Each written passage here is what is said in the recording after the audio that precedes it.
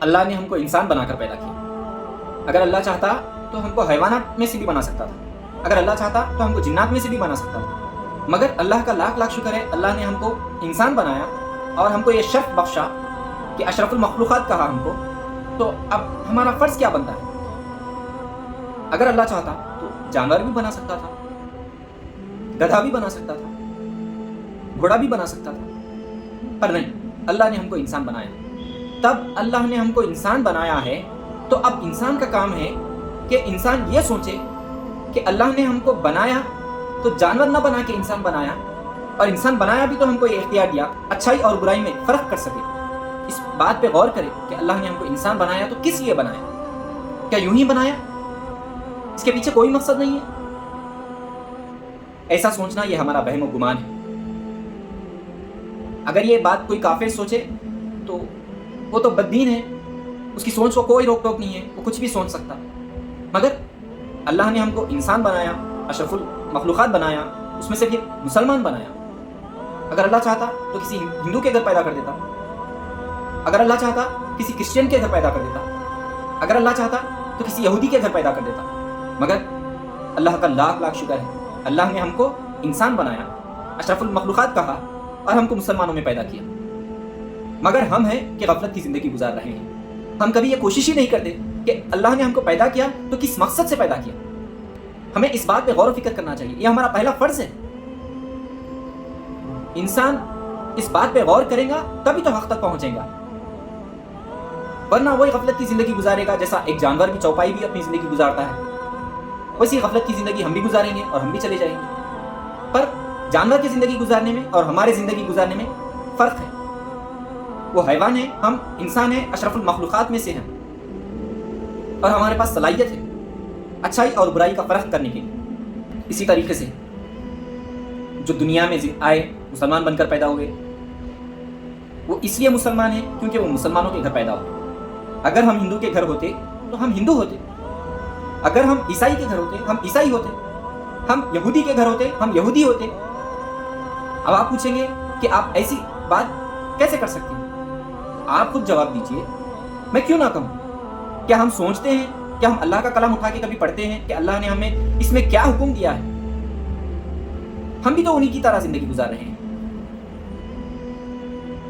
آج ہندو اس لیے وہ ہندو ہے کیونکہ وہ حق جاننے کی کبھی کوشش نہیں کرتا.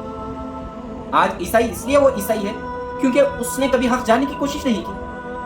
بس وہ اسی میں مگن ہے جو اس کے پاس ہے. اگر وہ کوشش کرتا کہ حق کیا ہے تو ضرور وہ حق تک پہنچتا. اسی طریقے سے آج ہم بھی اسی غفلت میں زندگی گزار رہے ہیں, حق جاننے کی ہم کبھی کوشش ہی نہیں کرتے. ایسوں سے اللہ تعالیٰ مخاطب ہو کے فرما رہا, وَلَقَدْ ذَرَأْنَا لِجَهَنَّمَ كَثِيرًا مِنَ الْجِنِّ وَالْإِنسِ لَهُمْ قُلُوبٌ لَا يَفْقَهُونَ بِهَا وَلَهُمْ أَعْيُنٌ لَا يُبْصِرُونَ بِهَا وَلَهُمْ آذَانٌ لَا يَسْمَعُونَ بِهَا أُولَٰئِكَ كَالْأَنْعَامِ بَلْ هُمْ أَضَلُّ أُولَٰئِكَ هُمُ الْغَافِلُونَ. اور یہ حقیقت ہے کہ بہت سے جن اور انسان ایسے ہیں جن کو ہم نے جہنم کے لیے پیدا کیا ہے. ان کے پاس دل ہے مگر وہ ان سے سوچتے نہیں, ان کے پاس آنکھیں ہیں مگر وہ ان سے دیکھتے نہیں, ان کے پاس کان ہیں مگر وہ ان سے سنتے نہیں. وہ جانوروں کی طرح ہیں بلکہ ان سے بھی زیادہ گئے گزرے ہیں, اور یہ وہ لوگ ہیں جو غفلت میں کھوئے ہوئے ہیں. اللہ اکبر. جانوروں سے بدتر کہا اللہ تعالیٰ نے ان لوگوں کو جو حق جاننے کی کوشش نہیں کرتے, باوجود اس کے کہ اللہ نے ان کو صحیح سلامتی کے ساتھ آنکھ, کان, دل سب کچھ دیا ہے. باوجود اس کے ہم اسی طریقے سے زندگی گزار رہے ہیں جس طریقے سے چوپائے یعنی جانور زندگی گزار رہے ہیں. ان میں ہمیں کوئی فرق نہیں ہے. اگر فرق ہوتا تو ہم ضرور بالضرور اللہ کا کلام اٹھاتے اور ہم پڑھتے. اس میں کیا فرما رہا ہے کہ اللہ ہم سے کیا چاہتا ہے جو اللہ نے ہم کو کلام دیا ہے, کہ اس معاملے میں اللہ کا کلام کیا کہتا ہے. بسم اللہ الرحمن الرحیم. افحسبتم انما خلقناکم عبثا وانکم الینا لا ترجعون. کیا تم نے یہ سمجھ رکھا تھا کہ ہم نے تمہیں فضول ہی پیدا کیا تھا اور تمہیں ہماری طرف لوٹ کر نہیں آنا ہے؟ یہ قرآن کل قیامت کو یہی سوال کرے گا, جو کہ اس سوال کو اللہ نے کلام پاک میں بتا رہا ہے کہ یہ سوال تم سے پوچھا جائے گا, اور ابھی سے ہم کو آگاہ کیا جا رہا. مگر پھر بھی اس کے باوجود ہم اس آیتوں کو پڑھتے ہیں, سمجھنے کی کوشش نہیں کرتے. غفلت میں زندگی ہم گزار رہے ہیں. اللہ ہم سے یہ ضرور سوال کرے گا, کیا تم نے ہم نے یوں ہی پیدا کیا تھا اور تمہیں ہماری طرف کبھی لوٹ کر آنا نہیں ہے؟ ایک اور جگہ اللہ تعالیٰ فرماتا ہے,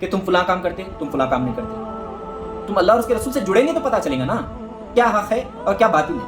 اللہ سے دعا ہے کہ اللہ ہم سب کو ایک متحد بنائے. ملت ابیکم ابراہیم ہوا سماکم المسلمین. تمہارا نام مسلمان رکھا تھا اور اس قرآن میں بھی تمہارا نام مسلمان رکھا ہے. ایک جگہ متفق ہو, ہم مسلمان ہیں اور ہم کو اللہ تعالیٰ نے قرآن و حدیث عطا کیا ہے. آئیں قرآن و حدیث کو پڑھیں, سمجھیں اور اس پہ عمل کریں. اللہ ہمارے سینوں کو اور ذہنوں کو کھول دے, حق بات کو ہم میں اتار دے, اہدنا الصراط المستقیم پر چلائے. آمین. السلام علیکم.